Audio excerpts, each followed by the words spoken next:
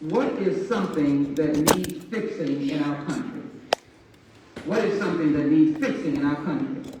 What doesn't sit right in your hearts that moves you to protect and protest in a non-violent way? Think of yourself. What can you do to get into good trouble? There is a light inside of you that will turn on when you get into good trouble. You will feel emboldened and free. You will realize that unjust laws cannot stop you. These laws cannot stop the truth that is in your heart and your soul.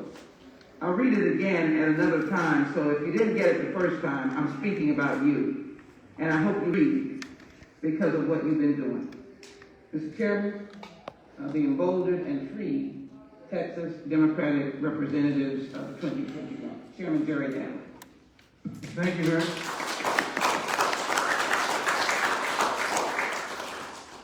Well, thank you very much, Sheila, and greetings to all of you. It's an honor and a privilege to be here with you today. And imagine these past weeks have been trying in ways you never expected. You've been forced to flee from your families, from your home state of Texas, and your own governor in order to protect the constitutionally enshrined rights you all hold so dear. You've been forced to flee in order to defend right from overwhelming wrong. I'm sure this experience has been a very fraught one. Yet as I look at each of you today, I know that I find myself among a group of Americans who possess a deep, innate understanding of what it means to be a patriot. What you have all done at vast personal cost goes far beyond fighting a good fight. Your courage has set an example for countless other Americans. It's made the beacon of our democracy burn just a little brighter. Despite what our founding documents might proclaim, all men were not created equal in America. They were not created equal in America. You have to view those documents as aspirational, not reality. The country was founded on the promise of someday making that ideal a reality, of realizing the aspirations. To come closer to that vision has required incredible struggle and awesome sacrifice, so much of it from Americans whose names we'll never know. Continuing that work is a burden that has been passed down to us from our ancestors and from titans like John Lewis and the recently departed Bob Moses, who sacrificed all of themselves because they knew that our country could someday fulfill its promise. With your actions in these last few weeks, you've carried that burden on your backs.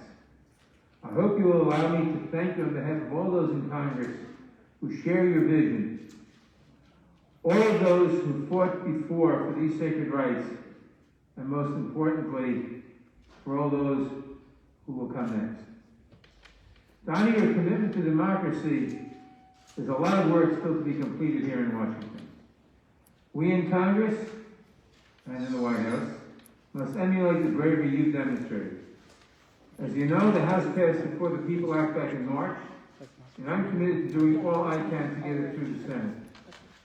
It won't be easy with the anti-democratic filibuster in place, but we won't give up on the bill of this significance without a real fight. You know, the filibuster, people don't realize this, the filibuster was instituted in the 19th century to defend slavery.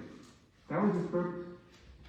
And it was kept on to defend Jim Crow, to destroy the Reconstruction Amendments. And until the last couple of decades, it was never used for anything else. Now it's used for everything. We have to get rid of filibuster. But as I said, we're working very hard to get a robust John Lewis Voting Rights Act to the floor. I don't need to tell you the difference that those two transformative bills would make. But I will tell you that I'll do everything in my power to see this signed into law. I'm hopeful that we can get that done, and in doing so, protect the right of the right to the vote, while saving each of you a little money for airfare. Our nation is a work in progress. That progress is often painfully slow, and sometimes, through the heavy haze of repression and intolerance, it can be invisible to the eye. Your heroism this month has lifted that haze. On behalf of myself On behalf of the millions of Americans for whom you are fighting, on behalf of this great country of ours, you have my deepest and most sincere thanks and gratitude. So thank you all very much, and I'm sorry that I've got to go to another appointment, but it's been a privilege to meet you all, and just what can I say? Keep it up.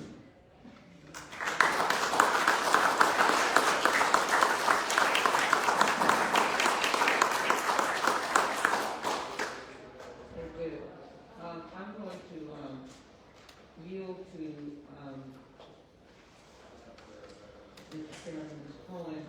Could I allow Mr. Turner to make a point as Mr. Nadler leaves? So we want to make a point on behalf of the delegation as he leaves. Briefly, you'll have a chance to speak again, but just so he knows the collective presence that's in the room. Absolutely, thank you, Chair. And Chairman Nadler, thank you very much for your sharing your time with you. It's very precious with us today. Thank you for your leadership in this Congress and for your leadership through the decades here. I'm Chris Turner. I'm Chair of the Texas House Democratic Caucus. We have here roughly half of our delegation that has traveled to Washington to block Republican vote suppression bills in Texas. And we're using our time here, we're now well into week 3 of our time here, to urge your colleagues in the Senate to act on the House's good work with respect to H.R. 1 and S1, and to engage in discussions with all of you on how we can advance the John Lewis Voting Rights Act. As Congressman and I have discussed, getting from Texas, the pre-clearance protections that the Voting Rights Act of 1965 has afforded us through the decades are instrumental to protecting the rights of our constituents and our voters. And one important point, and I made this point to Leader Schumer a couple of weeks ago, is with respect to H.R. 1, which is an incredible policy to have passed for federal elections. Republicans in Texas have already introduced legislation in our recent session to bifurcate our state and local elections from federal elections if Congress passes voting rights reform. And so that's why, while H.R. 1 is vitally important, that pre-clearance protection is so important for those of us in Texas and other states with a history of discrimination. So we very much appreciate your and the committee's work, the subcommittee's work, as you advance that legislation. Well, thank you very much. Let me just, before I go, tell you that something you may not be aware of, it's just a little historical fact. You have a precedent here.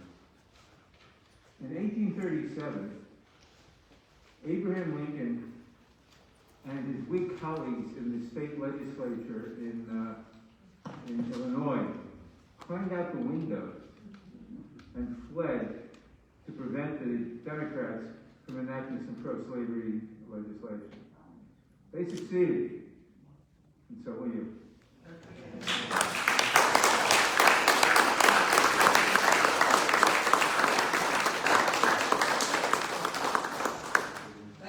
Thank you, Jerry, very much. Appreciate it.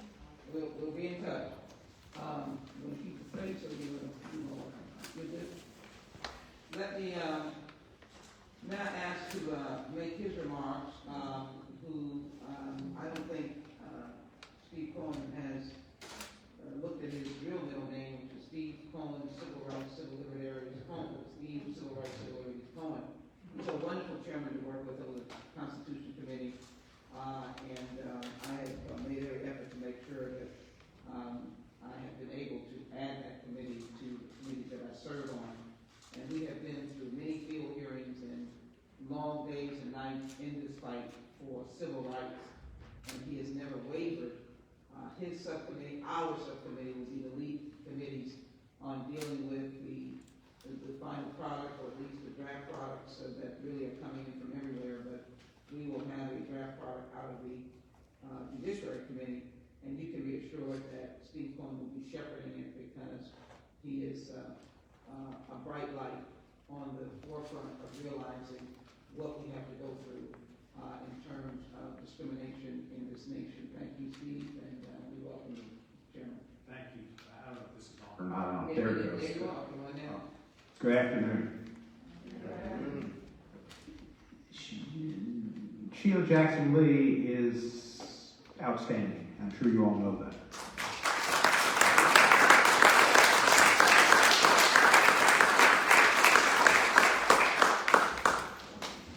She knows her stuff.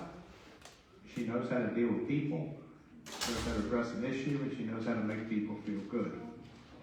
And I've learned a lot from her. We sat next to each other on judiciary, I guess now for 15 years. But before I was a congressman, I was a state senator in Tennessee for 24 years. So I appreciate where you're coming from. Mr. Reynolds is here, and he's got Tennessee roots, so he's my favorite that's here. He's got Memphis roots, better than Tennessee. Right. And when I was in the NCSL, I used to run into Elliot Neistat a lot. And he was a star. He was really a star all over the country. To find a liberal soul like that in Texas was pretty unusual. So you come with good folks who preceded you. What you're doing is historic. And when Chairman Nadler was going back to AB 37, I thought he was going to talk to you about not my immediate predecessor, but one of my original predecessors, Davy Crockett. And that would have gone back to about 1837, I think, at Texas too, give or take. You know, what you're doing is great. It's given up a lot of your personal life. You're putting a lot on the line, and I commend you for that. We've got problems in this country that are probably the greatest we've experienced, at least since the Civil War. I think that's probably, may go back to the Civil War. What Donald Trump brought to this country was evil, ignorance, greed, misogyny. And but the only thing, he was the first president ever to bring mental illness to our White House too. A sociopathic narcissist to the end. And it's difficult for me sometimes to look across the way at my Republican colleagues, some of whom were my Republican friends, and think that they countenance this person. He's the cause of our need for so much change. But what's going on in Texas and in Michigan and in other states, but Texas and Michigan have been two of the worst. Georgia's brought a highlight to it too, is Donald Trump and all this thing about the big lie and the steal, and he continues it. It's not like it stopped. And that's why they passed these laws. And Governor Abbott is just doing whatever he thinks Trump wants him to do. I guess in that congressional election, some of the people in that area didn't think as well as Trump as Governor Abbott does. But this was an awful situation to have that person occupy the precious grounds of the White House, which is, I guess, why he didn't think it was so terrible to have this vermin come over here and try to just overrun the Capitol, an insurrection to overturn the Constitution. And so they're trying to do it again. They're going to try to do it in 2022, and they'll try to do it in 2024, and he'll run again. And, I guess they had, a lot of these rock and roll groups have tours, and they name them. His is going to be, I guess, the revenge tour. And that's what he'll want in 2024. Y'all are standing up to him. You're on the front lines. They couldn't win. They came close to losing Texas. They lost Georgia because people came out and voted against him and voted against authoritarianism and voted against really vulgarity. He was an embarrassment to anybody of decency and to children. And it's just anathema to me that he even got elected or got a nomination. But he did. So thank you for what you're doing. We will do all we can. My subcommittee is a subcommittee that deals with this issue. We've been having hearings. We had a hearing in Houston at Texas Southern Law School at the request of the Honorable Sheila Jackson Lee. It was a great trip. We'll continue to have hearings. We've got to get a bill that the Justice Department feels they can defend before an attack. It's going to be challenged. And we've seen in Shelby versus Holder in 2013, the pre-clearance, section 4 and 5 come down, and now what they did recently with section 2, it doesn't even look good there. We're going to have a very strong bill, and even then they can be against it because it's a 6-3 split, and this is a key.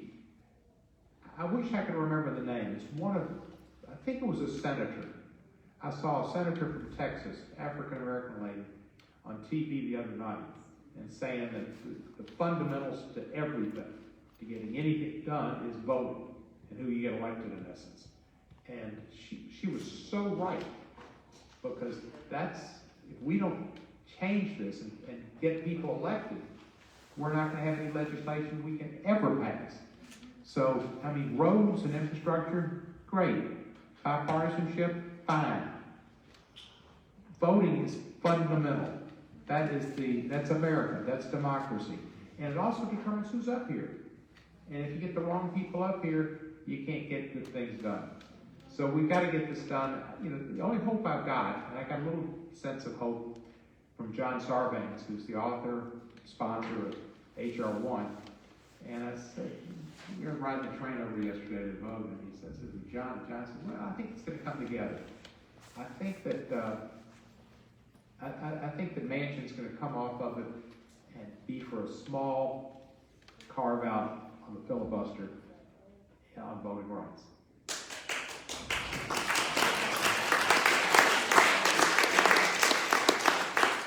You know, that's our hope, and I hope John's right.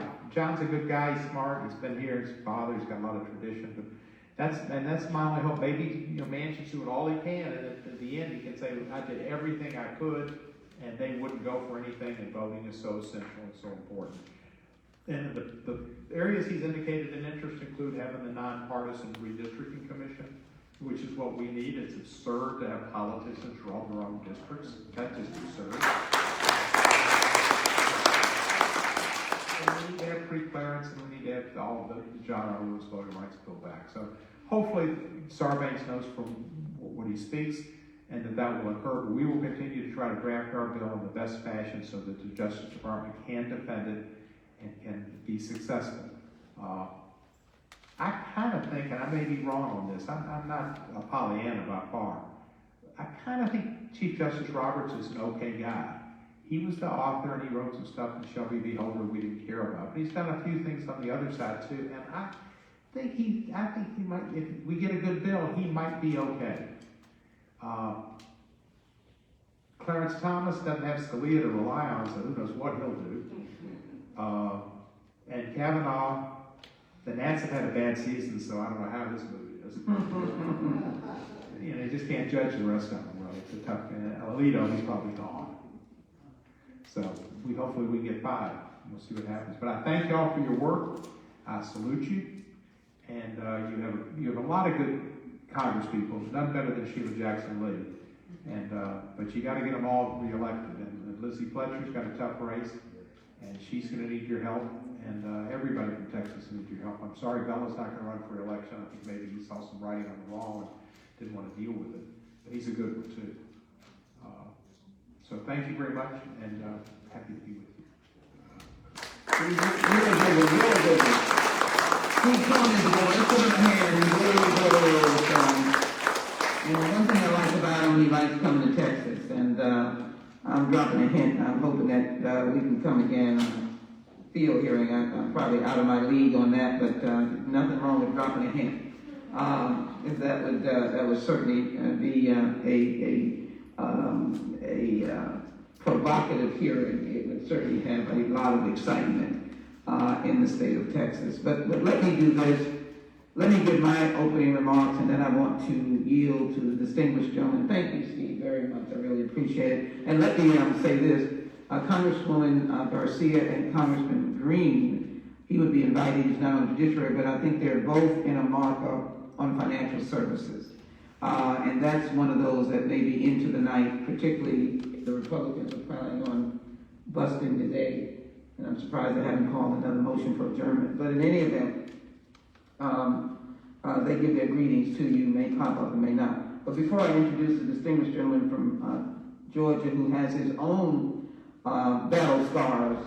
As you know, Georgia was in the heat of the battle. And I'm just going to give him an applause because he put us in the majority. So I'm just gonna Johnson. And when we get into a little discussion, I do want to acknowledge our senior judiciary staff, and senior is not appropriate. I call him the staff, along with James, who is on the Constitution Subcommittee, Keenan, who you see sitting there. Keller will probably have some more factual scenarios. But I do want to build on, let me just open again, forgive me for doing a tutorial.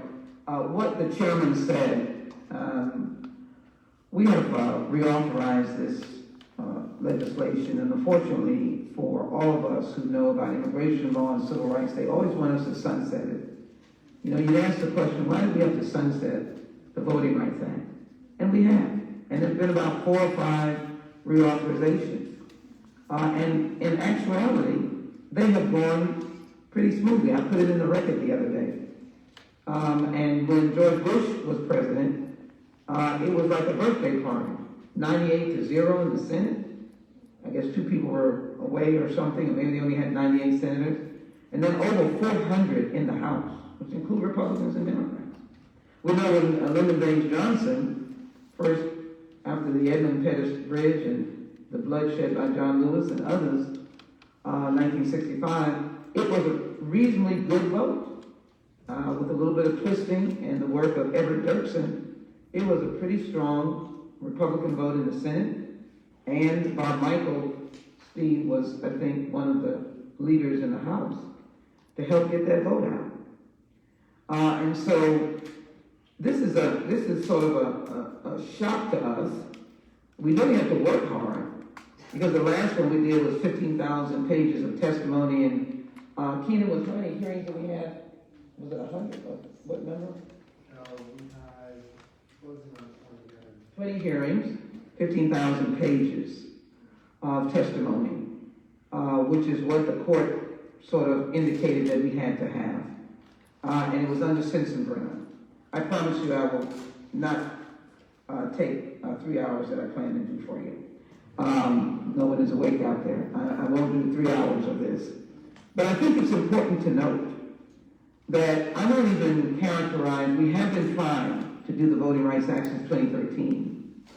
And because the skewing of those who have come to the United States Congress away from bipartisanship and something like voting is fundamental, let's just vote on the Voting Rights Act and we can argue about other things. And I see a chairman of the Mexican American caucus nodding. He understands, he used to do it in that way. But then it was really been exacerbated by the disease of the big lie. It is a cancer that won't go away. And frankly, legislators are not used to that. We are used to debating facts. We win some, we lose some, and we know some people will debate and have a few fibs in their debate, but not when the whole premise of your existence, every legislative aspect of our work, whether we're talking about healthcare or climate change or anything that moves the nation, the big lie pops up. So we were steadily moving forward, but the big lie came. The January 6th insurrection came. And as brave officers said yesterday, as I listened to their testimony, not tourists, but terrorists came to the United States Congress, the citadel of democracy. And that big lie has taken over so much what would be normal discourse about the right thing to do. And it has poisoned the Senate in some instances and in the House. And I think what you are doing, and what should be known to the American people, not just Texans, it is to re-stabilize, to stand upright the Constitution and what is supposed to be important in our lives, which is the fundamental rights of Americans to have their voices heard. And so we're going to have to, in this Congress, We're writing the bill basically alone, and I know that in times past, Republicans have been able to look at language and maybe added something. I know that the bill that we passed in 07, 08 had certainly some input from them that had to do with voting rights and not voter suppression. So please understand that your presence here in the period that you've been has been seismic. It's been like an earthquake. And I don't mind showering you with those accolades. No one should deny or even diminish that you are not working. Your work here bore fruit, and I want you to know that, and we applaud the fruit that you have borne, because we are working.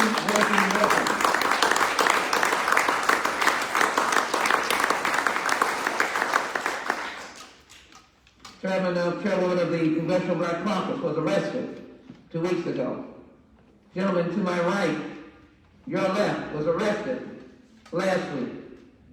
People realize that they have to stand in the midst of good trouble. They also have to stand on the Constitution and the legislative fix that must be done to continue to further the protection of our voting rights.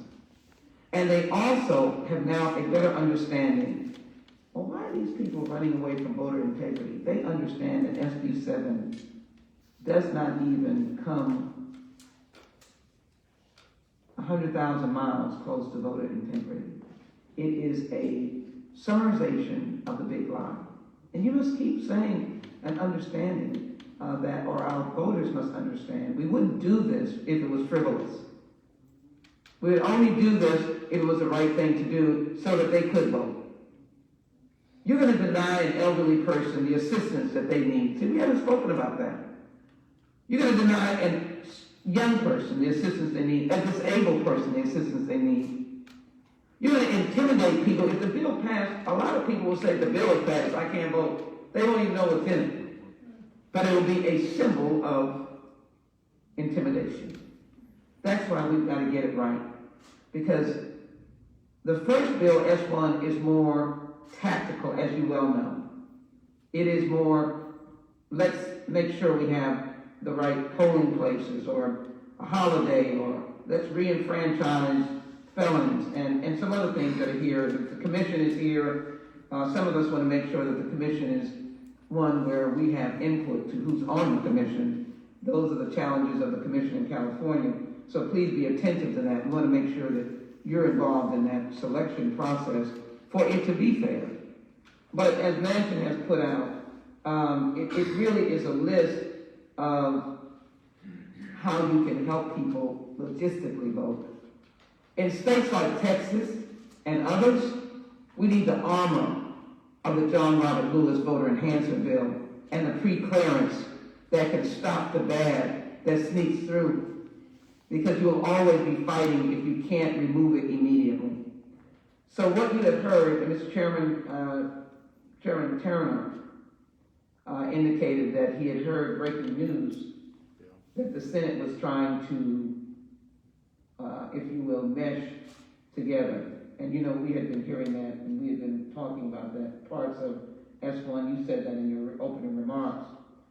But as I hope that they will have the sense of urgency, and let me be on record, I love the Senate, as it is in majority leadership of Majority Leader Schumer, who is committed, as is Speaker Pelosi, to what is right, and that is protecting the right of the American people to vote. But we know that there is a sense of urgency because you told us that.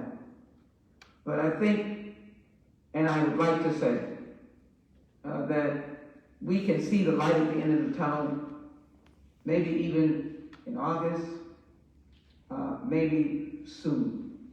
That is a testament to realizing what you have to face. To both Steve and Hank, as I'm understanding, the governor may call a special session soon. And it may be our lifeline on the thing that everybody has to do in this year, which is redistricting. And seats that have fairly been voted or assessed because of the growth in the Hispanic and African American community. And that's what redistricting is all about, giving each person one vote and to have the opportunity to vote for a person of their choosing. We hope that that process will not be done unfairly and skewing politically, of course, just to make sure that the other people, the other team, gets numbers in their corner that are done by gerrymandering of such a gross amount that you can't even imagine. That's what we have to protect, the people of Texas, not our individual selves, but the people of Texas. So I just want to conclude by saying that Steve has had 5 hearings. I know there's some more to come, but it's not many. We do that so that we are without reproach by the Supreme Court and the Department of Justice. The Department of Justice is, in essence, aware and engaged. That's very important because we are 3 equal branches of government. And so whatever product we produce, you will know that it is weather-worn and bulletproof, that it will meet the test and the standard that is necessary to protect Texas and Georgia and New York and Missouri and California and beyond. That's what we're looking for. So I just close by my show and tell that I've been using, and that is something that I think everybody has forgotten. First, there was the 13th Amendment, of course, after the Emancipation Proclamation, to free the slaves. 14th Amendment that said that we have property rights, due process for the American people. And then, of course, there's the 15th Amendment, which really underpins the basic fundamental right of all of us to vote. But the 15th Amendment, obviously, the right of citizens of the United States to vote shall not be denied or abridged by the United States or by any state on account of race, color, or previous condition of servitude. But I want you to just focus on that first sentence so that we don't have to tell people that we're fighting for anybody's right to vote. Because what they say is the right of citizens of the United States to vote. They establish that as a premise. Is that right? Everybody. Everybody. And that's what we're fighting for. And of course, it says Congress shall have the power to enforce this article by appropriate legislation. That's us. That's the work we're doing now. Forgive me for the show and tell, but I think many times it is missed. Our Republican friends miss it. And you know we always say that up here, our Republican friends, they are our friends. And they've been overwhelmed by, I hope, something that will be extinguished. And that is the big line. There will be no ascending to the presidency by the former president in August of 2021. The only thing that we'll ascend to is the remembrance of August 6th, the signing of the 1965 Voting Rights Act, and August 28th in front of the Lincoln Monument when people will come from all over the nation to talk about democracy. So I hope that you go home with the idea that you got into good trouble and that that good trouble has bore fruit. With that, I yield to my distinguished friend, Hank Johnson.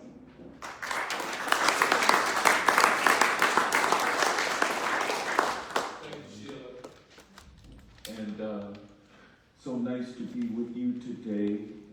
Sheila Jackson Lee is someone who, when she calls and has a request, I've known that it's always good to accommodate her. Sheila is always doing something positive, something necessary, and she's into just about everything that you can think of that is positive and about uplifting people and the nation. And so her portfolio is vast. There's no issue that she does not dip into, but it's all based on her sense of values about the common good and what's good for the people and what's good for our nation and indeed what's good for the world. So thank you, Sheila, for all the reasons a productive place. And to my friend Steve Cohen, my nemesis, I like to call him, because he and I came into Congress the same year, and the way seniority works is that they take it by alphabet. It's alphabetically, and so Cohen comes before Johnson, and so Cohen is always before Johnson, and so we like to kid each other on that. If you got arrested before I did, Well, I should have been arrested many times, but you got arrested. that's probably the first thing that I've done that Steve has not done before me. But Steve has done yeoman's work as chair of the Constitution Subcommittee on Judiciary, shepherding through the hearings that are necessary to undergird the introduction of what will be H.R. 4, the John Lewis Voting Rights Advancement Act, and the drafting of that legislation, which is in accordance with these hearings that we are having. So Steve, thank you for your yeoman's work. And ladies and gentlemen out there in the audience, I'm just in awe of what you have done. What you have done has inspired the nation. Not everyone, but lots of people are watching. They are aware of what you're doing, and they are in awe of your staying power. You know, I get to go home, and we get to go home every weekend. We get to go back to that bed that feels so familiar, and we're back with our family who we left behind, and even our pets. We get a chance to connect with them again, and then we can sit in that chair in the kitchen or the family room or wherever it is in the bedroom and read the paper or read emails or watch TV, whatever it is you do on the patio, on the porch.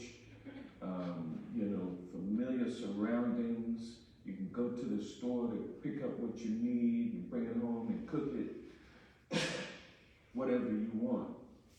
And to give that up, give that comfort zone that we all have, to give it up and to leave home for an extended period of time, weeks, and to leave all of that behind, and to know that if you dare to return,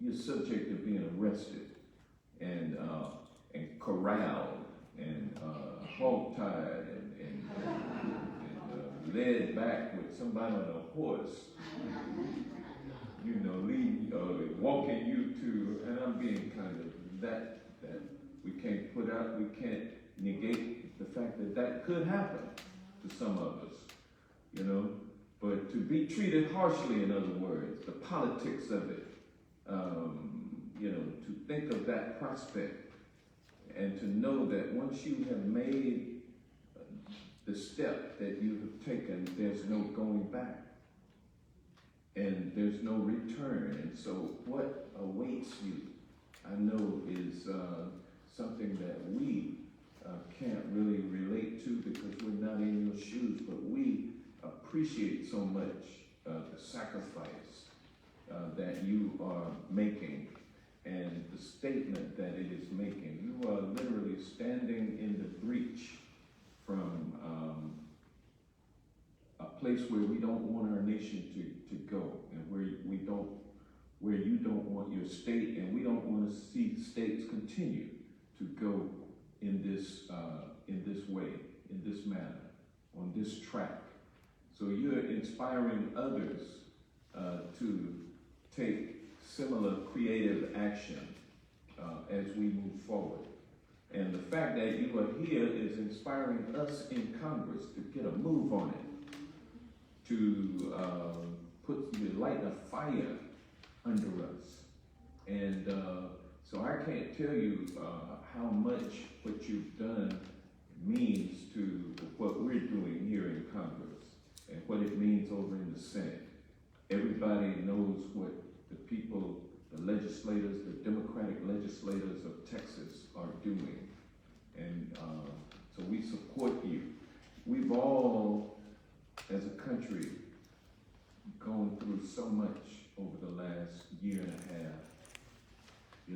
gone through the onset of a pandemic, and we've seen so much sickness and death among relatives and friends and associates. And we have seen how the effects of the virus have exposed something in America that many people don't want to look at, and that is systemic racism, and how this virus caused the last to be hired, the first to be fired. It saw how the essential workers were those who were black and brown. And it saw how sickness and death disproportionately impacted those communities. So things were exposed, and the lack of health care, the lack of facilities, over the course of time, an ugly scar, an ugly wound actually. And then at the same time to experience the national tragedy of George Floyd, and to witness the excruciating pain and just the horror of that death, that 9 minutes and 29 seconds. We all saw that. It exposed to the nation the way that black and brown people are treated by law enforcement. It was undeniable. And while we're going through the throes of the pandemic and the economic turmoil that resulted from it, and the understanding or the realization of criminal justice and police relations in this country, excessive use of force, we were also dealing with Donald Trump and the politics of Donald Trump and the destruction of our system.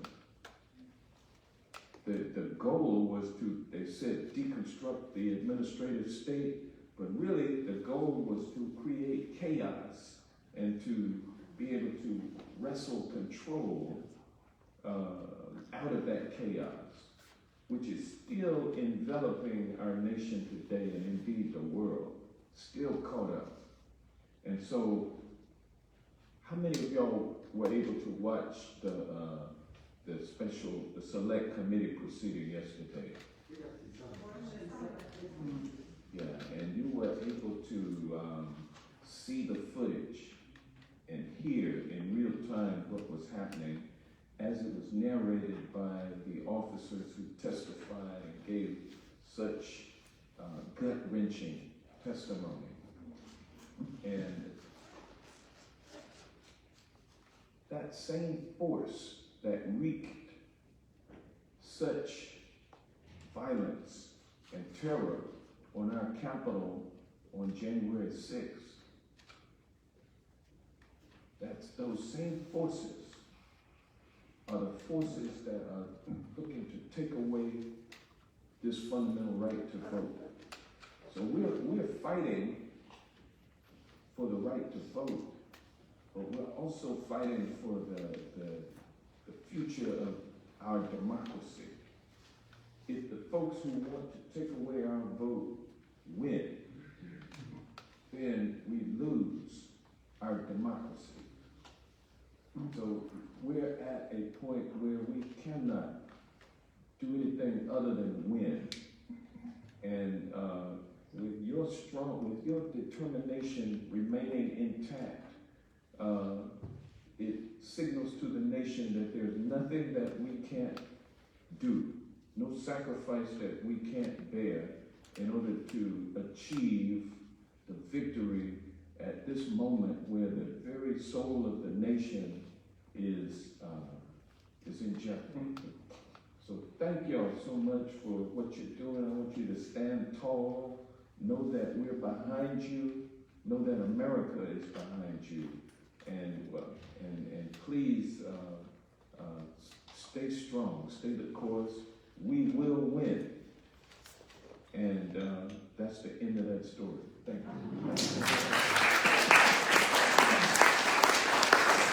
I am legislatively grateful for my colleagues that they took the time. We want to, our votes may be called, but what I'd like to do, Mr. Chairman, is to take away protocols of chairs and non-chairs and let people either say what they need and like succinct. I've got a phone and I'm gonna have to do this, but I just want people who have not maybe spoken or however you want to do it.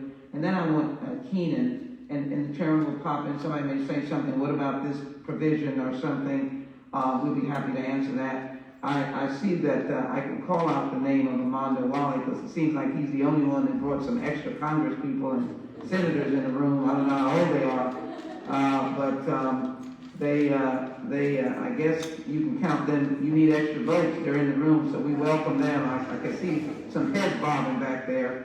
And they're doing real good, aren't they? So I'm going to give them a very good hand. Armando didn't have those two dynamic state reps or Congress people when he worked for me some many years ago, and I did work him. And looks like he survived too. And I take credit for who he is today, so he survived. All right. My former staff was in Houston, and I ran his legs, and he really served, so we appreciate it. So guys, we're going to open it up. Somebody may have a legal question, a technical question about this voting. I think my sentence is, we're getting it done. In America, they said, get it done, we're getting it done. And I want the world to know you're part of getting it done. And we got to deal with the Senate, but the Senate vote as well. We have Chairman Cohen here. Chairman Nadler is ready to go. The White House is waiting for a bill to sign. And I guess one thing we failed to do, thank goodness for Joe Biden, President Joe Biden, and Vice President Kamala Harris. I have met with you, and I know we're working on some other meetings for you as well. I'm going to be calling over to see how we can pursue that. But in any event, he is ready to sign the bill. And I gave him a little taste of victory as we did Juneteenth. He was very happy signing that. And so he's going to very much sign the voting rights bill, all right? So I yield to you. And Mr. Chairman, I would like people who have not engaged, and if I get in trouble, start calling out my Houstonians, Rosenthal and Perez and Hernandez and Johnson and Reynolds, and I guess I missed some others. But anyhow, I love the rest of you as well. All right. Other members just come up, they have a question or would like to share something. Until the bell rings, but I do want some time left for Keenan, but that, if the bell rings, we'll have some time for him. Thank you. You can go right there. Yeah. Is that working? Yeah.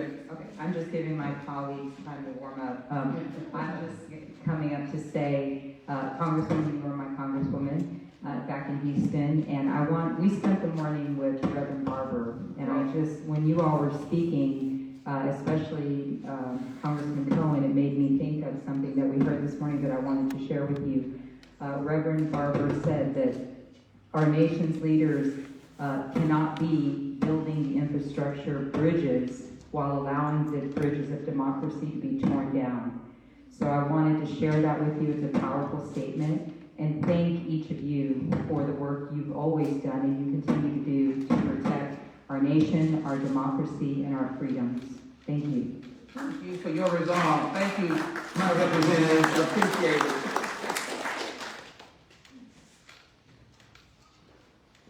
Thank you, Mr. Chairman, Madam Chair, members of the committee. I just wanted to share some additional context about what's going on with Texas.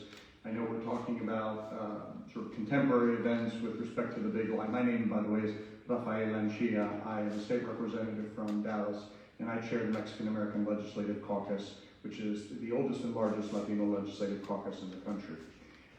The Big Lie has us focusing on the current elections bill and the upcoming redistricting, but I just wanted to furnish some further context about what we've been dealing with in the state of Texas, because while the Big Lie has caused Republicans to act at this moment, they really have been acting to stifle the right to vote of especially minority Texans for some time. And even with Section 5 in place at the beginning of the last decade, and despite the fact that 2/3 of all the growth in the last census was Latino, and about 20% of the growth was African American, so over 80% was either Latino or African American. In redistricting, they eliminated 4 Latino state rep districts and 2 Latino congressional districts, despite all that growth. And of the 4 districts that were imported into the state of Texas, 0 went to communities of color so that they could elect a candidate of their choice. And it wasn't until we sued and received a finding of intentional discrimination against the Texas legislature did they have to redistrict once again, and that's where we at least had 1 new seat that was created at the congressional level for a coalition of Latinos and African Americans to elect a person of their choice, and that's the 33rd district represented by the Honorable Mark Vesey, my congressperson. I will say further that they also, during the 2011 session, passed the strictest photo ID requirement in the country, which was also overturned in federal court and found to be intentionally discriminatory against the voting rights of Latinos and African Americans. All told, 3 different federal courts made 10 findings of intentional discrimination against the voting rights of Latinos and African Americans by the Texas legislature. And this isn't old-timey, 8mm newsreel. This is contemporary, this is digital, and real time. I will say further, there was a failed voter purge by the Secretary of State of Texas just last session, 2019, where they tried to kick off 100,000 U.S. citizen voters from the voter rolls, and they were referred to the Attorney General for prosecution, with the allegation being made by not only our Attorney General, but by President Trump at the time, of illegal immigrant voters. As it turns out, those persons were newly naturalized citizens who had registered to vote at their naturalization ceremony and had legally cast votes. Our Secretary of State was disgraced and not confirmed as a result. And finally, I will add, there have been multiple findings, at least 2 different findings of noncompliance with the NVRA in the state of Texas with respect to our motor voter laws. And so the cumulative impact of all of that has caused Texas to be in the lowest quintile of all states in terms of voter participation. And since I have you here, Mr. Chairman, I wanted to really amplify that record, which has been very negative for the voting rights of our communities. We fully expect this census to show that all of the, an overwhelming portion of the growth will again be African American and Latino in the state of Texas, and we fully expect the avarice of Republicans to try to gerrymander the map and once again intentionally discriminate against our communities. So thank you, Mr. Chairman and members, for listening. If I may, we had a hearing yesterday, and we had a professor, Agarra, I believe is his name, and he's, I think in California, but he said that whenever black and brown people's populations increase to a significant mass to where they change the dynamic in the voting, that the white population will come with voting law changes trying to diminish that. And it seems that that's exactly what's happening in Texas. These members have experienced it firsthand. Thank you. I didn't know Texas could outdo Tennessee in these things. We do our worst. This is my neighbor coming here. Who is certainly quite different from when she was my neighbor. Proud of that as well. But I do want to say to the chairman, we fought against purging. That is another deadly sin that is used to take, in quotes, our people off of the voting list. They do it to impoverish whites as well. That plays even more, I believe, to the approach that we're going to be taking. It would wrap the discriminatory practices with just the idea of a practice that keeps people from voting. So it broadens rather than narrow, and I'm saying the approach that should be utilized for the upcoming voting rights, the John Lewis bill, to include more, to protect more, and to make sure that we don't have a state fight where one state is in and another state is out. And you have contributed to that by saying the vitality of those 2 sections, Section 5 and Section 2, are crucial to the survival of the democracy of voting in our nation. But thank you for that. Yes, ma'am. Thank you, Congresswoman, and thank you, members of the committee. I wanted to say first, thank you for your time. I am State Representative Retta Andrews Bowers. Thank you, Congresswoman, for mentioning our being neighbors. And I just want to say that I never saw this moment coming.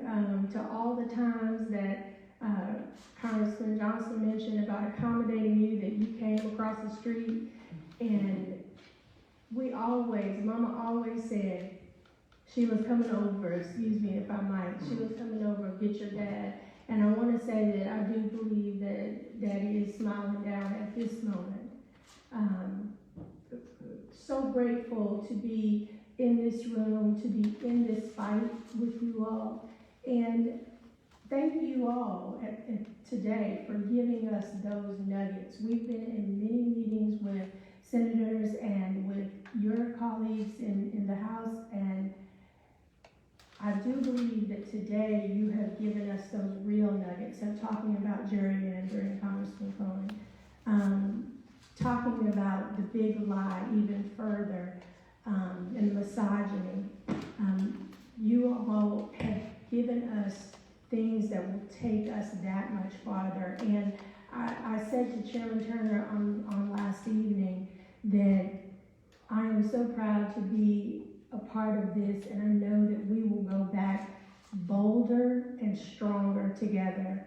As my colleague, Representative Morales-Shaw said a moment ago, Reverend Barber said that we must go forward together and no more going back. And thank you, Congressman Johnson, for reminding us that there is no turning back.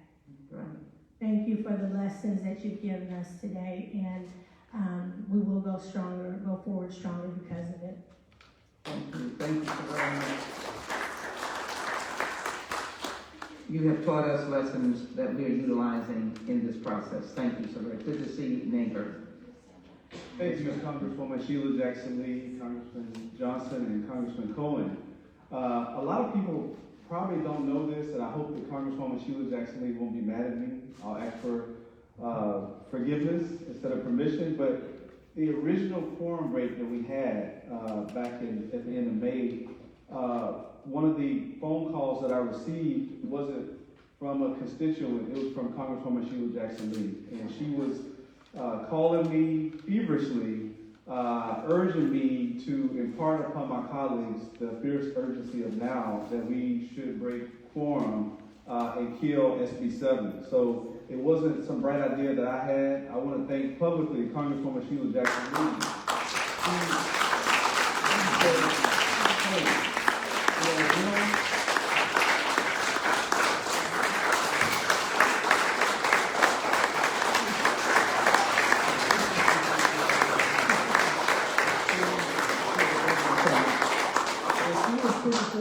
She said, what are y'all waiting on? Y'all got to do it now. And she said she will connect me with the members of some federal voting rights advocates, some top lawyers, and they had some great points of order. You need to call the point of order.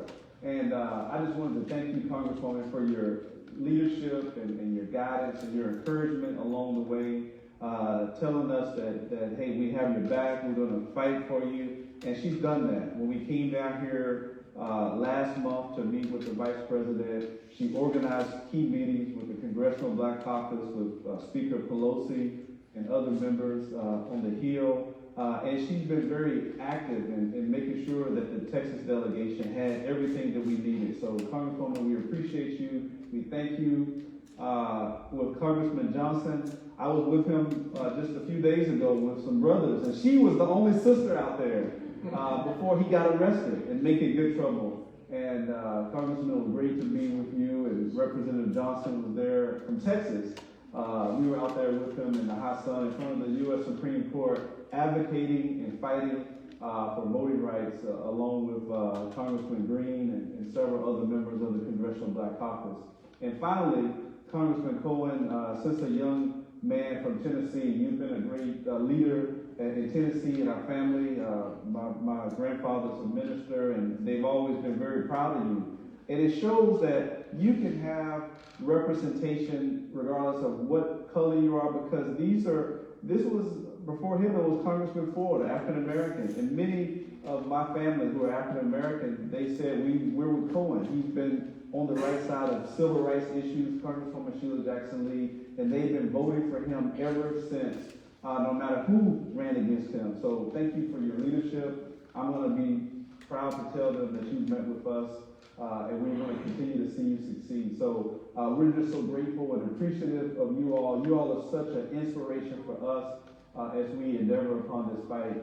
And I know my colleague, Representative Carl Sherman, wanted to come behind me, but I just wanted to just thank you all so much for everything, and may God continue to bless you. Thank you. Representative, thank you. So, Congresswoman Sheila Jackson Lee, it's great to meet you in the flesh. Representative Ron Reynolds speaks of you often, and we have to look to see where the word is coming from. So just thank you so much for all that you've done. To the other members of the committee, thank you so much.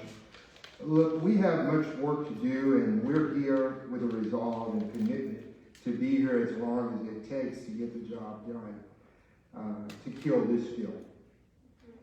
And I rise to simply say to you, thank you for the hard work that you've done in getting Juneteenth passed. I'm the author of Juneteenth HB 736 in the state of Texas that never got a hearing, but you passed it on the federal level. And I'm just so grateful to God for your leadership and for your work on reparations, for your work on amending the 13th Amendment. And I just believe that you will be successful. We will continue to work and support you. And Representative Ron Reynolds treats us like there is only one congressperson in Texas, even though my congresswoman is Eddie Bernice Johnson.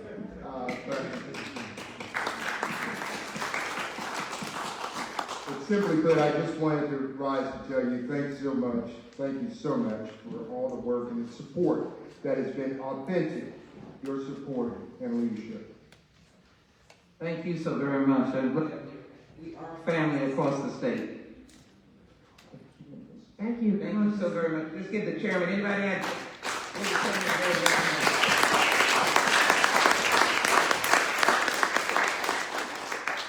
Chairwoman and members of the committee, I appreciate the opportunity to address you. I rise as having been grown up in Wichita Falls, Texas, and my father, who deceased approximately a year ago, used to tell me that if you want to go into politics, you better learn to talk like Barbara Jordan and dress like Sheila Jackson Lee.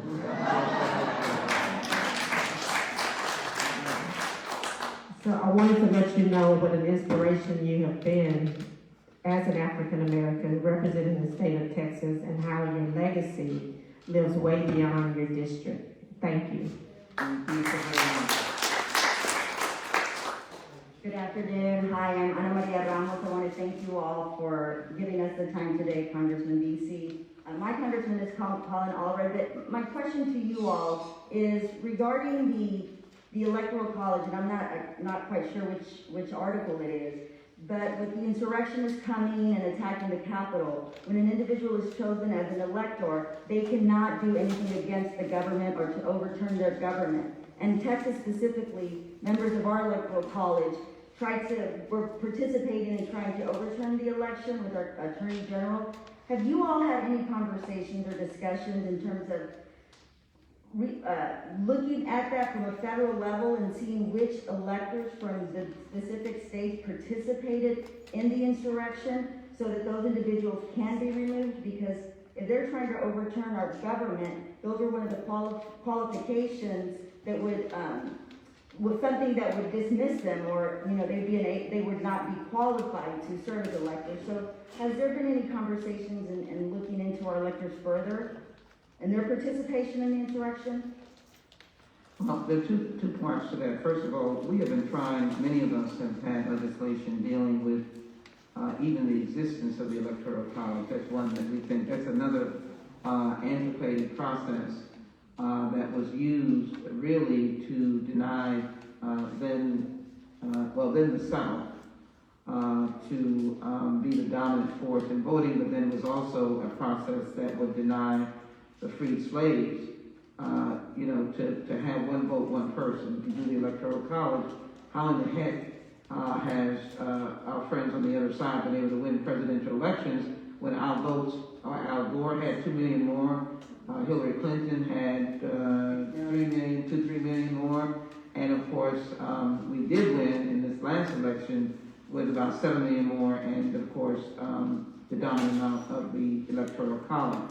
But that is something that needs to go. I do know that the committee, without speaking for them, intends to look at every lead-in to the insurrection and every element of the insurrection, so that I can't imagine that if research takes them to the individuals who were trying to upheaval the January 6th vote, the sort of the administrative vote, that will come to their attention.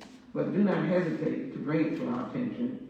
It is an investigatory committee. The Judiciary Committee may be looking at things down the road.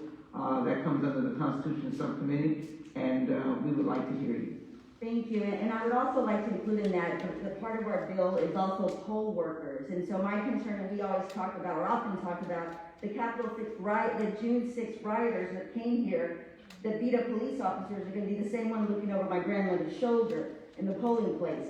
And so we would definitely like to address and ensure that those poll workers, should that continue to pass or we continue to push forward the poll workers, that they should be disqualified based on their insurrection or their participation in such insurrection. So thank you so much. I appreciate your time today. I think that is a very good point. People breaking the law should not be engaged in a legal process that might include intimidating voters.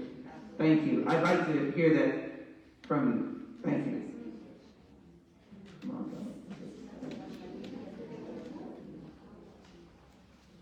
Madam Yes, Chair, sir. thank you. I'd be remiss if I didn't come up and say a few words as a Madam Chair's former staffer. I was trying to explain to my colleagues as we were walking up, and I do want to recognize my wife, Debbie, Joaquin, and Mandito that are here as well.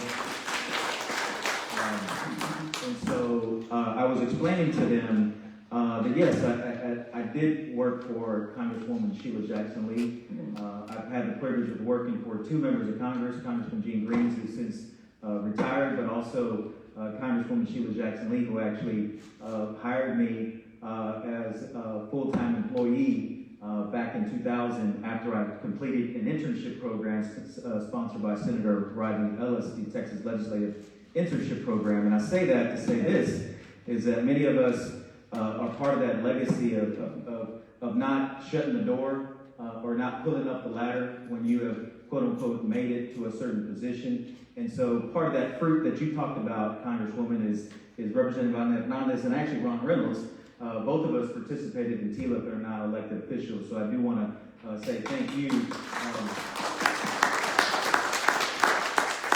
Because I also want to say that, obviously the Mickey Leland internship program is a very similar program that does offer young people the opportunity to come up here. But for that program, they would not otherwise have the opportunity. And one of those young people, Valencia Schuler, this is how things kind of come back around. Valencia Schuler actually was an intern in my office this past session, and now is an intern here in your office. So I do want to recognize her and make sure that I recognize young people because it's important that we don't pull up that ladder, that we lift those young people up. And so I do want to say, in addition to that without your leadership and our former colleague, dear friend, Mark Vesey from Fort Worth, great friend, and we do appreciate Chair Nadler, Mr. Cohen, Mr. Johnson for hearing us out, for hosting us, because at the end of the day, as we reach our final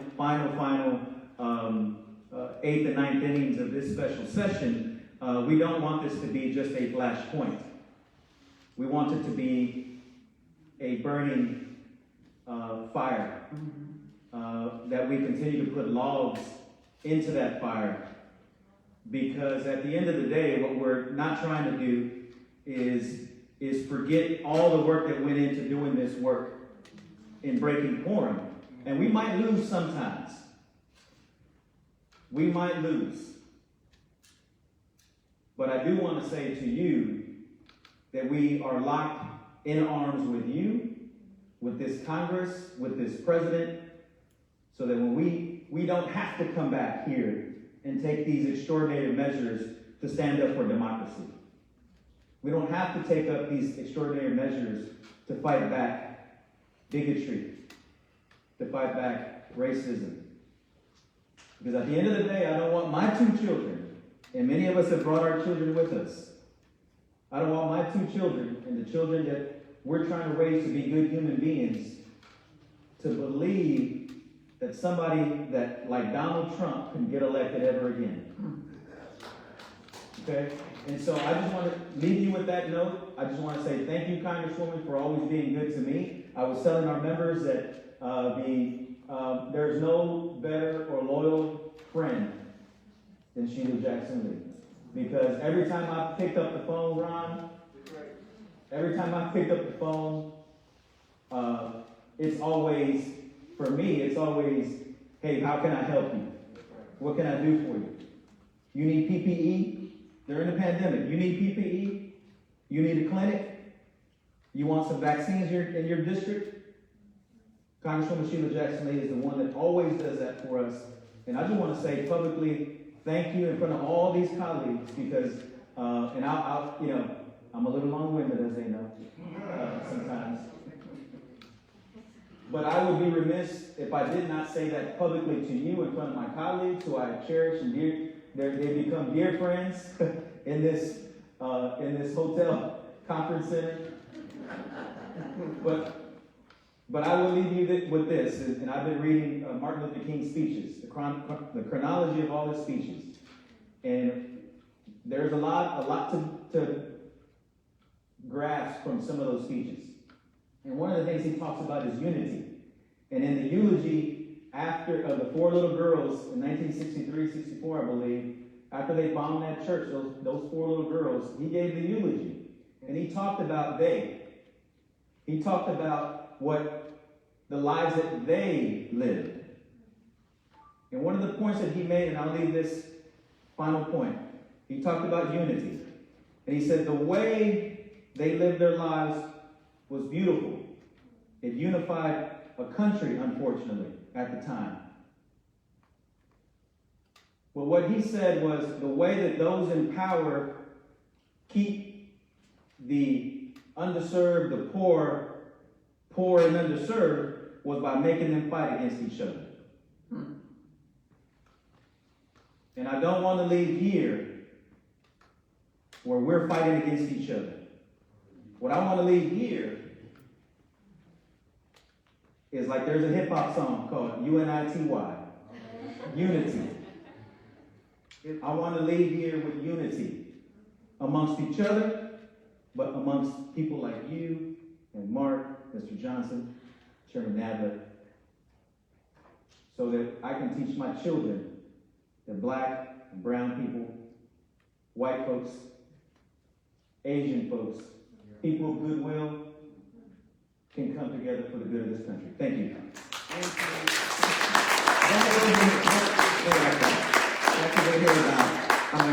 Yes, sir. We yield to you. Hello. How are you? I wasn't going to talk, but the Spirit moved me. And Richard Pena Raymond, Congressman from Laredo, Texas. The other two know me.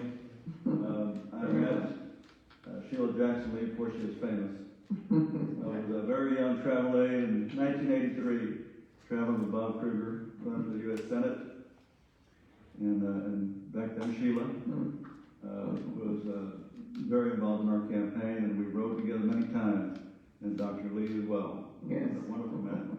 And so I just wanted to say it's been It was wonderful. Texas mistake, but in any event. Yes, ma'am. But it's been wonderful watching you through the years. Your passion was evident to me when I was 22, as it is today now that I'm 60. That's how long I've been watching this lady. And Congressman, I've now served nearly 30 years in the Texas House. Before that, 4 years working in the United States Senate. And was also very proud to serve with my good friend Mark Vesey in the Texas House. We're preaching to the choir here. We're preaching to the choir. The frustration that I feel sometimes is that there are not enough people in the choir. You know, that's the feeling you get. Everybody talks about how important this is, and it is. It is, to me, the most important thing that you all could deal with, and that this president could deal with. Because I look at something that had I said what I'm about to say a year ago, you said, "Oh, Raymond, you're crazy." But now that I'm going to say it, you say, you might be right. And it's this. On August 16th of this year, we will all receive the population numbers from the Census Bureau.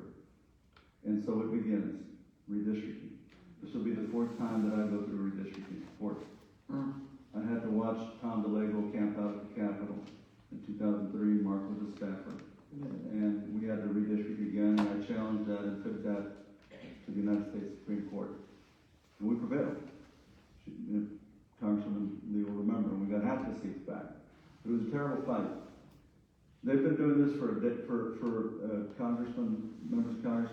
They have been doing this for a generation now in Texas, trying to make it harder for minorities to vote, trying to take away our voting rights. That's what they've been doing for a generation. This isn't something new. And what has happened now, as Congressman Cohen said, is the Trump factor. And so, like I said to you a year ago, they're going to begin redistricting in less than a month. And within 2 months, many of these southern states in particular will have redistricted without real, obviously, provisions of pre-clearance on the books. And with that alone, they can assure, literally assure, that they get the majority in the U.S. House next year, if they get the majority. And if they get the majority, nothing's going to happen for two years after that. They're not going to pass any appropriations to fund any infrastructure bill. They're not going to do one thing to make Joe Biden look good or Kamala Harris. They're not. One thing. Not one. And if by some miracle, let's say in 24, when Trump's running again, because he will, there's no way he'll let everybody else be the nominee. You know that. But some miracle, let's say, because of your good work, and even though they put up all these barriers, we win again. We will win again if we do, because we carry Georgia and Pennsylvania and Wisconsin and Arizona. But the majority sitting up here at that time, if they get their way in redistricting, will be majority Republicans. And they will come in here and they will say, to be very, very frank, is there press in here? I've got shit for things on the press. Facebook Live. Huh? It's live? Facebook Live. All right. Let me scale it back. Let me sanitize it. They will say, African Americans stole it in Atlanta. Throw out the electoral votes from Georgia. African Americans stole it in Philadelphia. Throw out the electoral votes from Pennsylvania. African Americans stole it again in Milwaukee. Throw out the votes from Wisconsin. Oh, and by the way, Mexican Americans stole it again in Arizona. Throw out those electoral votes.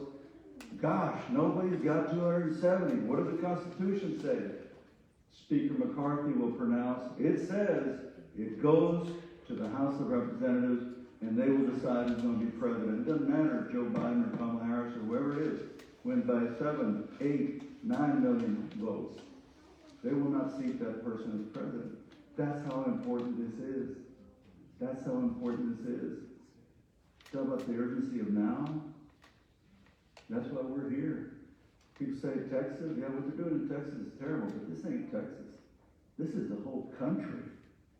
This is the whole country. And so we need more people to join your choir. We're preaching to the choir. We need more people to join your choir, including the President of the United States. The President of the United States. So, God bless you. God bless Georgia. And Madam Chair and Congresswoman, my dear friend, you look the same now as you did in 1983. I don't know what you do, but you do. You know, Mark looks older, but you know that. Write this man a check. Let me find this yellow coat up here and write this man a check. What a good friend Let me just say, you were colorful, and there's nothing wrong with Texans being colorful, in terms of your expression, but let me say there's nothing like truth. I want to say this point. I want to let you, I'm yield to you, but I want Mr. Keller to say a word, and then I want Mark to come up. Mark, if you can know, he's going to just give them technical info. But the thing that I want to say is, you know who I want in the room? I want Americans in this room. That means they may be Republicans, they may be independents, they may be Democrats. They may have come with the great history of Tejas, the Mexican-American community, the Latinx community. I always say they may have come over on Pilgrim's Pride. They may have first come over on a fishing boat, or they may have been in the bottom of a belly of a slave boat. And what my friends on the other side of the aisle have done with critical race theory and foolishness that's going on in the state legislature that has nothing to do with teaching history, is to create an industry of divisiveness. They have made an industry of divisiveness. And so what you're doing here is you're showing that all you want is what Bobby Jordan has said when someone asked her, what do you people want? And she said, I want simply the promise of America. You're in this room because you want everyone to have the promise of America.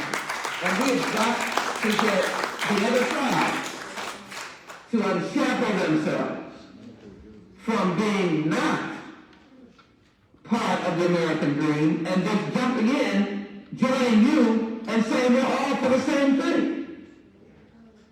And if you do the redistricting in the right way, everybody will be represented. And when you're a representative, you have people in your district that agree and disagree with you, and I bet you, ladies and gentlemen, listen to those people who disagree because you are a representative. So why do they want to snatch the seats and suggest that someone of color can't represent all of the people? I get agitated about that, as you can see, and that's what this Voting Rights Act is all about, so that it can be fair to America. And the redistricting that you talked about, I was part of that. Maybe I was a victim of it. Because the 18th Congressional District, since Barbara Jordan, has not been other than a court-drawn district. We've had to fight, and some of you are in those kinds of districts. And so, for anyone to challenge us for what you're doing, it's a lifeline for those you represent. And that's why you are my heroes and my heroes. And you continue to build those bridges, and you know I'm going to finish with carry on. But let me yield to the gentlelady now, and then Mr. Keller, they were calling votes, and then my good friend, the Honorable Mark Beasley. Mr. Johnson, we want to applaud you. There are two Johnsons, one standing up and one standing up. I can do better. That's my good friend, Mike Johnson. Thank you. Good. Welcome. Thank you so much, Chairwoman, for having us here today. I'm Representative Aaron Zwiener. I represent House District 45 in Texas, which is just southwest of Austin, Hays and Blanco counties. And I wanted to ask, as y'all are doing your work, building a record for this legislation, that y'all also take a close look at the impact of these restrictive laws on young people across our nation. I represent all of Texas State University, and as I'm sure y'all know, Generation Z is the most diverse, most progressive, and most politically engaged generation we've ever seen. And just as quickly as they are getting engaged in politics, we see regressive folks trying to limit their access to the ballot box. And I've seen this right in my own district.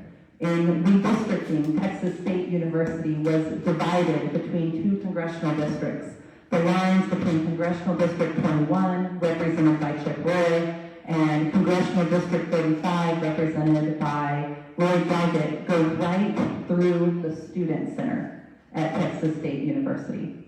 In 2018, Texas State University was only given 3 days of early voting, despite historically voting on the days they got at the same rate as any other early voting location in the county.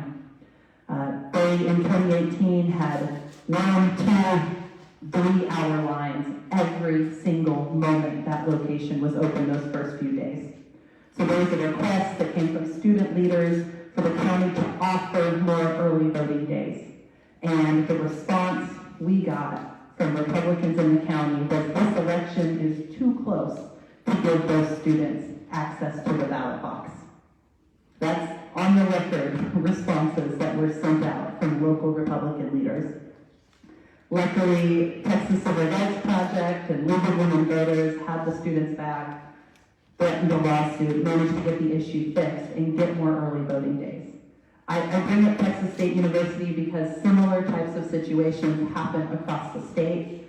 Prairie View A&M had major issues with ballot access in 2018 as well because of disastrous paperwork hurdles created by the county elections office.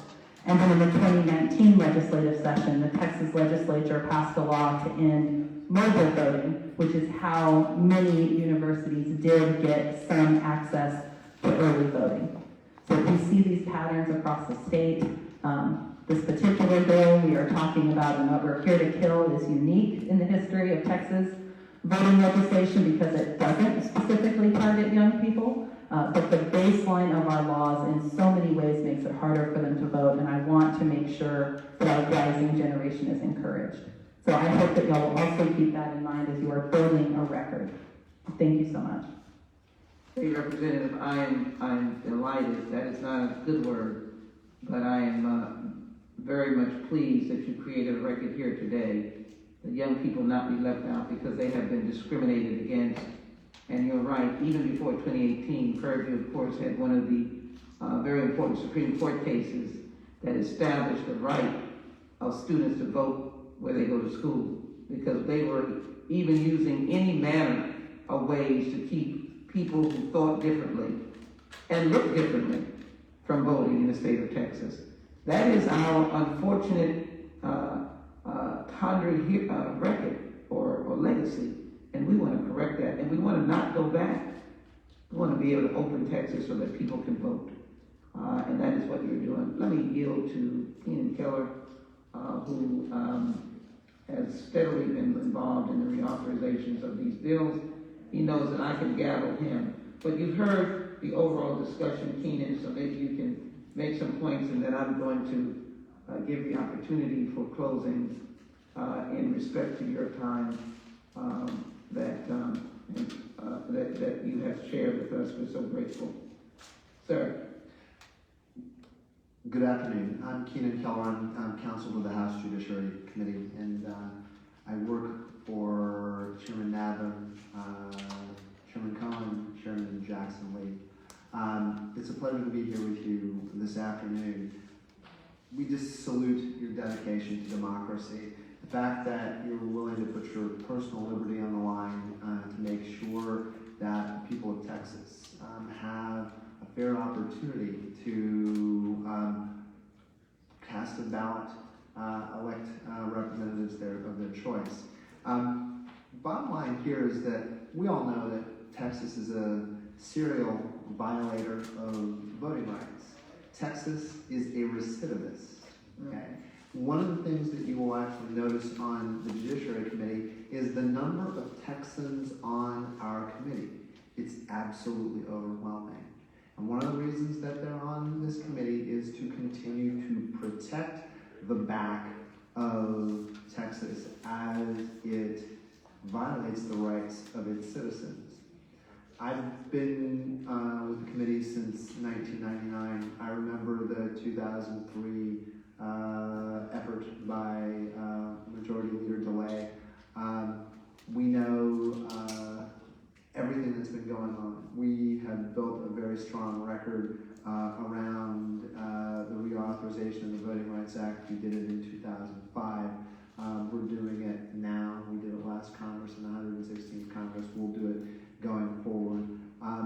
One of the things that I want to make sure that everybody fully understands is that as we do this, we understand the danger of over-reliance on the elections clause. Okay? Because if this happens, someone said something earlier on in this hearing where they always said that the Texas State Legislature is ready to bifurcate the state and federal elections process. Okay, knowing that that is in fact the case, and whoever said that, please come see me after we're finished, because I want to put that fully in our hearing record. Okay, fully in our hearing record. It's going to be necessary for us to develop different legal theories beyond the elections clause that really go to Article 4, the privileges and immunities, and our Republican form of government arguments. One of the things that those of you who are voting litigators will know that you start off with the statutory claims, then you go to your constitutional claims, 13th, 14th, and 15th Amendment. Then they throw in this Republican form of government argument. And you know, the court never really gets the Republican form of government case. But the interesting thing about the case law is that Congress has broad authority to act to protect our Republican form of government, and that's at both the federal and at the state level. Because the things that are going on now, the things that you face every day, are an attack on our democracy. Okay? And I think you need to keep beating the drum on that. What they're doing is un-American. It is anti-democratic with a small d, and it undermines the vote of everyone across the country. Okay? If Texas is allowed to get away with this, we know that the states who followed the examples that you have in enacting, laws at the state level that are designed to turn back the right to vote, that were at issue in the Brnovich case, which we're going to address in our upcoming legislation, that it will be a template for moving forward. So I salute you. We've got your back. We got your back with DOJ. We're going to make sure that at the state level, when we enact federal legislation, that we stay very focused on making sure that is what is happening at the state and local level is not ignored, that the department goes back in and rigorously enforces the laws at the local level. Because we know that without the election of our school board members, of our city council members, of our municipal water district members, okay, at every level of democracy, if we don't protect that, there'll be nothing by the time we get to Washington. So thank you very much for all that you're doing, and we're right there with you. Thank you. And I just want to be clear, you had indicated that you wanted to get the information on the youth voter, and so I'm going to extend that to say, Chairman Turner, we welcome submissions for the record. And there are a lot of individual stories in here. Representative Perez, Representative Hernandez, all of you whose names, Johnson, Goodwin, I can't call the names, but you may have an individual story that may be necessary, Raymond, or may be helpful to our record. I can introduce all of that into the record. We will be having additional hearings. Again, I am trying to have one in Texas, a field hearing. I don't know if I'm making headway, but I'm certainly going to be pursuing it so that we get a really sizable response. But please know that that is an open door as well to any of you who care to do that. And don't hesitate. Zev, can you raise your hand there? So his email should have been in, Chris, I think his email was in that invitation, so could you utilize that? He'll then communicate with Keenan, and we'll be happy to have you, maybe an occasion for you all to be a witness, when I say, a representative out of this very august group, okay? So I just wanted to make sure that you had. And if this continues, we were talking about a Texas field hearing, we might have a Texas field hearing in Washington. That sounds good. We're able to do that. The last thing I want to say before I yield to distinguished friend is to give greetings from Veronica Escobar, who had another hearing. That's another Texan on the Judiciary Committee. I think I'm counting all of them. I didn't leave anybody out that is on the committee, and we certainly appreciate them.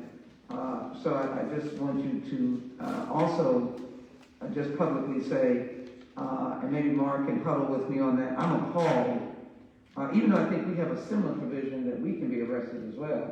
But I'm appalled of the headlines. I think there was a warrant signed for one. I don't know if this person is in the room yet, but a warrant signed making all headlines. It was in the New York Times. I mean, I don't think it shows us well. But I will say to you that we are very sensitive to this particular provision of you being arrested. And I raised the question as to, even though it may be a fixture of old Texas and may be legitimate, I still raise the idea of particular discrimination against a certain group of people by way of this arrest authority, or how you're using this arrest authority, because you all have escaped, have left, have broken quorum, not for your own whims, not because you didn't get an appropriation, but because you're literally fighting for the democratic life of your constituents. You're literally fighting against government that is destined to destroy the rights of your fellow Texans or fellow Americans. Why are you being arrested for doing what is right? And so I'm trying to craft a legal argument, and I want to be part of, not to say that you will be, but I certainly want to be part of challenging that provision based upon why you left. And I think there's something there. So anyone that wants to dialogue with me about that, and I'm also trying to be part of having lawyers, national lawyers, be interested enough to be part of this effort in doing that to be able to be helpful. With that in mind, Mark Veazey has really carried his state representative credentials well into the United States Congress. He's now in the Energy Commerce Committee, but more importantly, he immediately jumped to be a creator of the Voting Rights Caucus and chairman of the Voting Rights Caucus. He saw the writing on the wall. He knew what was coming. He knew the Shelby case provoked him enough to know that there needed to be that kind of caucus in the United States Congress. So I'm very delighted to yield to him. I lost my voice a little bit. My friend Mark Veazey from Fort Worth. Sheila, thank you very much, and good to be with everybody today. Before I get into my remarks, I just want to shout out Representative Waddle. Our good friend Hakeem Jeffries that sits here on the Judiciary Committee. He has, invoked Biggie's name on the House floor. He's very partial to East Coast rappers, and he would really admire the fact that you were talking about voting rights and you referenced Queen Latifah in your comments. He'd really like that. So I will be sure to make sure that our caucus chairman, Hakeem Jeffries, knows that. But let me tell you, thank you to each and every one of you again. I'm telling you, y'all have made a difference in the 2-3 weeks that you have been here. HR 4 is getting more attention now since you have arrived than it was before. People were talking a lot about HR 1, and I believe in HR 1. I think that HR 1 is hugely important. So I don't want anyone to misunderstand me. I know that a lot of our activists and a lot of groups and what have you were really counting on HR 1 because of a lot of the meat and substance that was in there. But as Texans, I think each and every one of you know that the fact that we don't have these protections anymore, that we don't have Section 5 anymore, means that we are very vulnerable. And as the state continues to grow, and I think that what you're going to see when these final census numbers come out is that you're probably going to see a decrease of about 2% of the white population, and you're going to see obviously significant growth in the Hispanic, Black, and Asian population. And that is threatening the Republicans because for the last 30, 40 years, they have refused to, in earnest, reach out to Black and brown communities. And as a result of that, That is why you're seeing a lot of these laws. And I will never forget, when I was still in the state legislature, I was on the Elections Reform Committee one session, and a group called the King Street Patriots came to testify before the committee. And they had a bill that would have allowed poll watchers, to be able to record people on their phones. And the reason for their wanting to do this was they said that, well, that's when the fraud takes place, and when people try to go back and explain to investigators what happened when the voter fraud was taking place, it's too hard for them to remember, so it needs to be recorded. And I would come down when I came to DC, or I got elected, I got sworn in 2013, and I would tell people about that, and they thought that, oh, that would never happen. That's never going to happen. And you see it in the legislation. You see it in the legislation. I had Leo Berman, who was one of the, no longer in the state legislature, but from Tyler, Texas, one of the early bill sponsors of the voter ID bill. I had him come up to me and almost admit that the bill was discriminatory. He said to me, he said, Mark, why are the House Black Caucus members making such a big deal about this voter ID bill? He said, it's not going to cause any House Black Caucus members to lose. That was pretty much tantamount to admitting that the bill was going to be discriminatory and racist, or was really close, where you normally don't see House Black Caucus members in the state legislature run. And I can just tell you that the list goes on and on. I think the one that we should really be concerned about, because I really do think that this is just the beginning, that this is not the end. And as we see these demographics continue to change, we're going to see more and more. And Sheila can tell you, we were working together on a lot of this when I was in the legislature. And they had one bill, and I think it actually passed, if I'm not mistaken, in 2007. Phil King from Weatherford, Texas, just a little west of me in Fort Worth, had a bill that said that you couldn't register people to vote unless they could show proof of citizenship, which was a birth certificate or a passport. So imagine trying to set up, imagine LULAC or NAACP or AKAs, Deltas, trying to set up on a Saturday afternoon, a busy day at the park or grocery store, trying to set up a table to register people to vote. They wouldn't be, how many people carry their passport or their birth certificate with them? I usually try to keep those sort of documents, locked up in a safe at home, and really don't take them out unless I'm traveling. I think if I'm not mistaken, they killed it in the Senate, in the state Senate.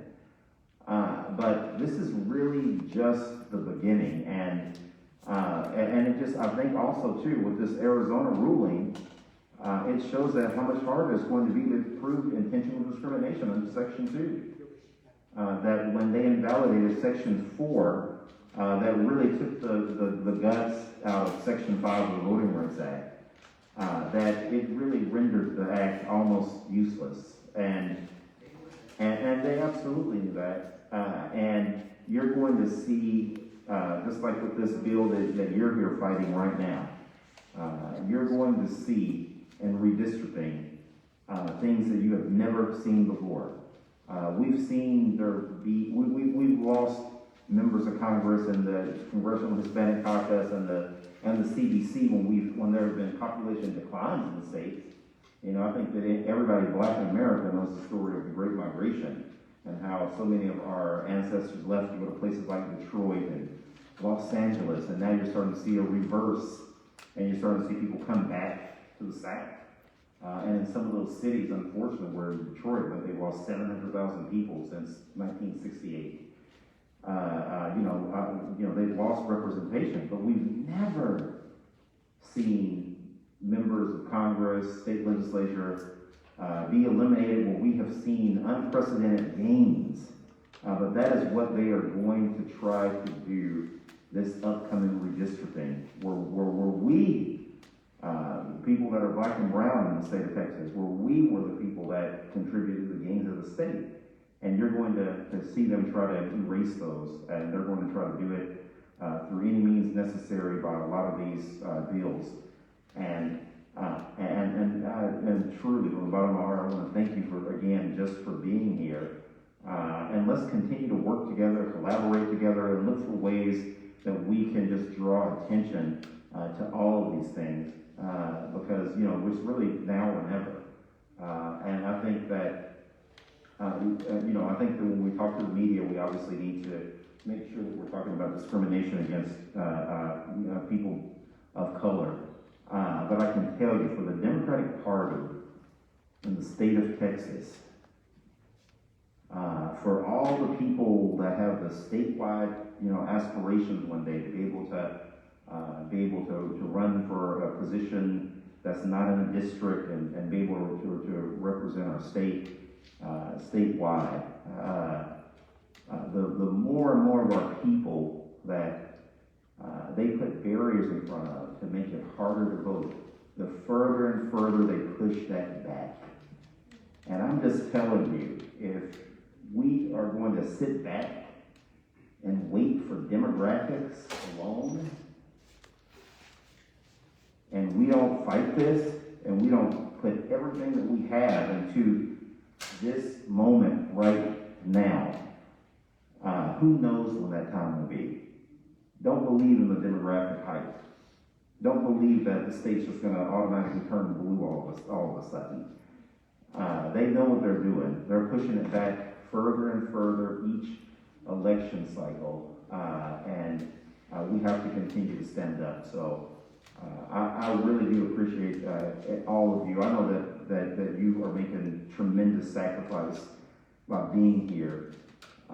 That you want to be back in your districts, that you want to be in session. Our primaries have become so much more volatile now than they ever have been before. And I know that you want to be back in your district, whether you are in a quote-unquote safe Democratic district or if you are in a swing district, that you want to be back in front of your people because a lot of the changes that are taking place in our electorate, and for each and every one of you that are here, I really, really do appreciate you because this is serious. And when you look at what happened with the three Supreme Court selections, two of which were seats that were stolen from the American people by Mitch McConnell, it was all leading up to where we are today.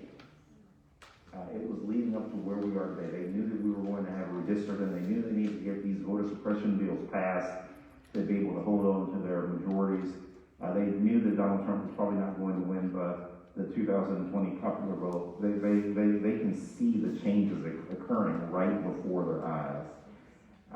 And I've got to tell you that, I'm just encouraged by your presence here because we are, again, just talking about HR 4 like we really haven't, honestly, since the beginning of the year. And there have been a lot of us, and myself included, just waiting on hand saying, we need to pass HR 4. We need HR 1 too, and I was huge on HR 1.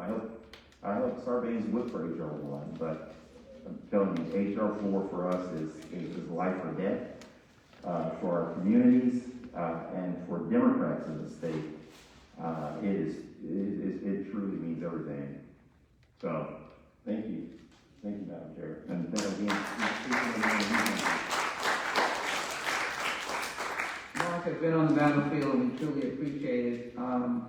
I don't know if, I hope we have given everyone their opportunity. We have taken good notes. I think Keenan has taken good notes. We've got reports.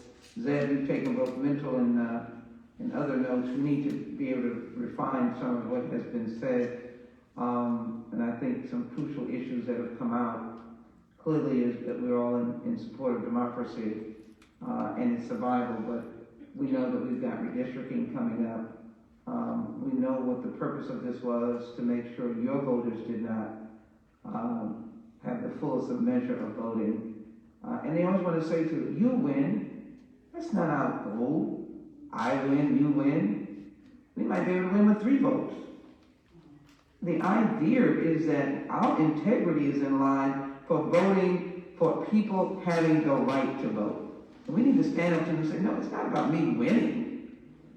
It's about my constituents winning, my senior citizens winning, my person with diabetes trying to get to vote, my night worker winning. my person who doesn't have a moment to spare but the 5 minutes that she needs to go to vote, or he, because she's got to be at a central worker job that doesn't like you being late. That's what we're about. So I don't want to gavel, going once and twice, and we're just checking to see if anyone's downstairs. We would like to have a group picture, and I will let Chairman Chris Turner make his final remarks, and then I'm going to go to the book again, if they say. That will be my final remarks. But I'm going to go to the book, so you'll have to bear with me, but I'll read quickly. But go right ahead. I want to yield to the chairman of the Democratic State Representative Caucus, Democratic Caucus. Thank you, Madam Chair, for so much for putting together this excellent meeting with your colleagues. It was a real honor for us to be able to visit with all of your colleagues this afternoon and hear their perspectives. And to Mark, our former colleague in the State House, thank you so much for your friendship and your leadership here on Capitol Hill, and your leadership for North Texas in our community.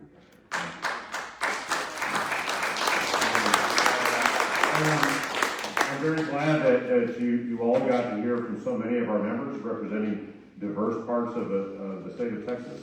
And you hear how, which you already know, that you hear how these vote suppression bills the Republicans are trying to pass in Texas are so harmful to all of our constituents. And which is why our only recourse is to work with you to do all we can to support you to pass strong federal voting rights legislation. And we're encouraged to hear the firsthand account of real progress on H.R. 4. That's exciting to hear, and it's something that we all know we need ultimately to have in place. And Keenan, we'll get with you to follow up on the specific questions you have. We want to get you any information we can that's helpful as you build that record. So thank you all very much, Congressman. Thank you. Thank you so very much. I wanted to make sure of all the meetings you went, this was a record meeting, and that we're going to take your information. You'll be part of our record because we're working in this room. We're working in the House Judiciary Committee. Whatever is happening, and our good friends on the other side of the campus, we write the bill, and we will be writing the John Lewis Voter Enhancement Act, restoring and protecting under Section 5 and Section 2. And you're very much a part of it. So as I say, I will not keep you long, but some of you, even close your eyes. Just listen to these words. One is on justice from John. We must practice what we preach.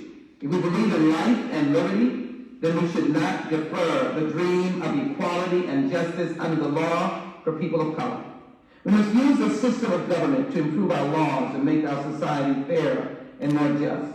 While no one bill can right the many wrongs, we can stitch together partial solutions to deal with the complex societal issues that lead to systemic bias and inequality.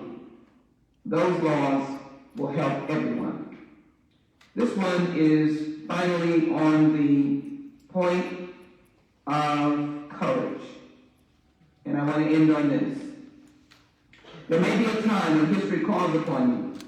There may be an injustice that has hurt your friends or fellow citizens. How will you respond? Will you support those who are oppressed? By listening to the voice within, you will find the courage and power to do what is right, even if it is unpopular at the time. This inner courage will command you to respond to fighting with peace and respond to hate with love. That is my tribute to each and every one of you. God bless all of you. God bless the United States of America. We're the leftovers, so we're going to be the ones taking the pictures with you. So everybody come up and face forward, and you need to tweet this picture out. Madam Chair, yes. As Representative Raymond pointed out, I've gotten older and I'm drinking a lot of water. Can I take a run out and come back in? The gentle lady yields. The gentle lady